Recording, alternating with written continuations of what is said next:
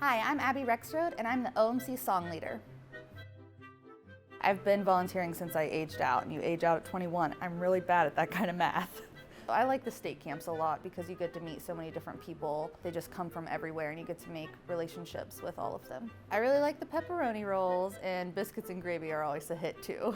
This sounds pretty corny, but the first thing that comes to mind is the flame.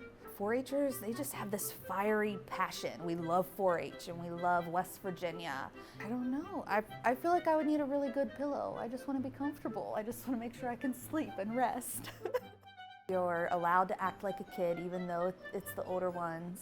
And just learning those life skills of communicating effectively, taking responsibility for your actions, learning to disagree with one another and not fight about it.